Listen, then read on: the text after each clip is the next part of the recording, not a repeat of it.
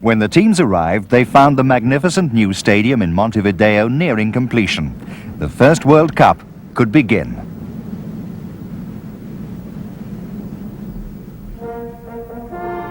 Sadly, many of the European nations, discouraged by the long journey, declined the invitation. Only 13 teams assembled for the opening ceremony, including a Romanian team, personally selected by King Carol. The World Cup trophy, later to be named after Jules Rimet, was designed by a French sculptor. It stood 12 inches high, weighed almost 9 pounds, and was made of solid gold. In the first match, Mexico played France, a special memory for Lucien Laurent. The match began normally with both teams battling for possession. Suddenly, Delfour attacked down the right and passed to Liberati, who centred. I sped through the middle, connected with the ball on the volley, and scored in the corner of the goal. It was the first goal. Everybody was very happy, but we didn't kiss each other in those days. It's 60 years since that memorable day, but Lucien Laurent, known to his friends as the Little Cadet, still plays football at home in Besançon at the age of 84.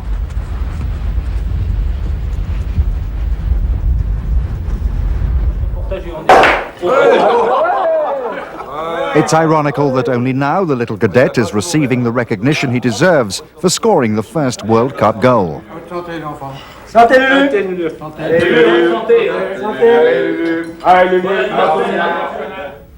But France and Lucien Laurent failed to make it to the final. Instead, it was the match all the locals wanted, Uruguay against Argentina.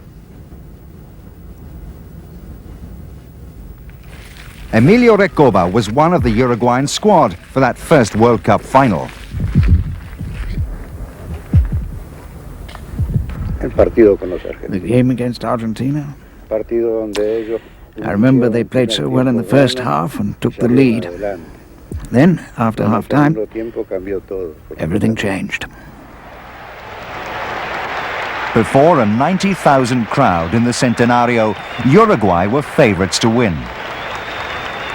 Emilio Recoba was a reserve for the captain Nasazzi, here on the left. Uruguay are wearing the darker shorts.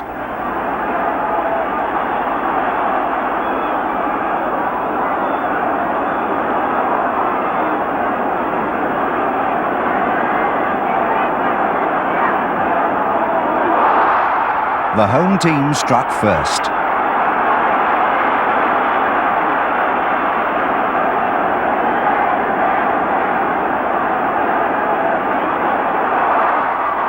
But by half-time, Argentina had taken a 2-1 lead.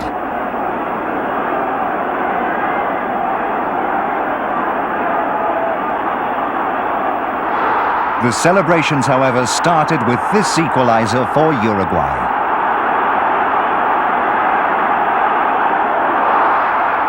Then suddenly, the Uruguayans were heading for victory.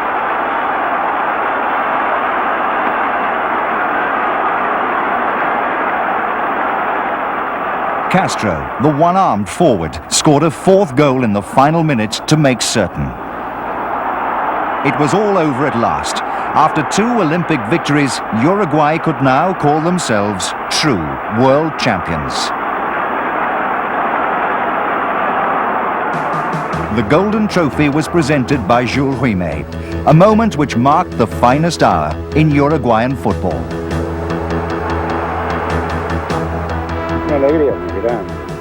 We were all very happy.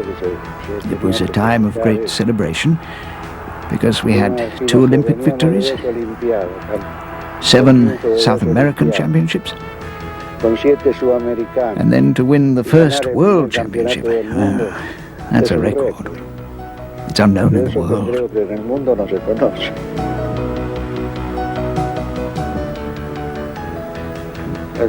It's the greatest feeling there is. The greatest honor in football.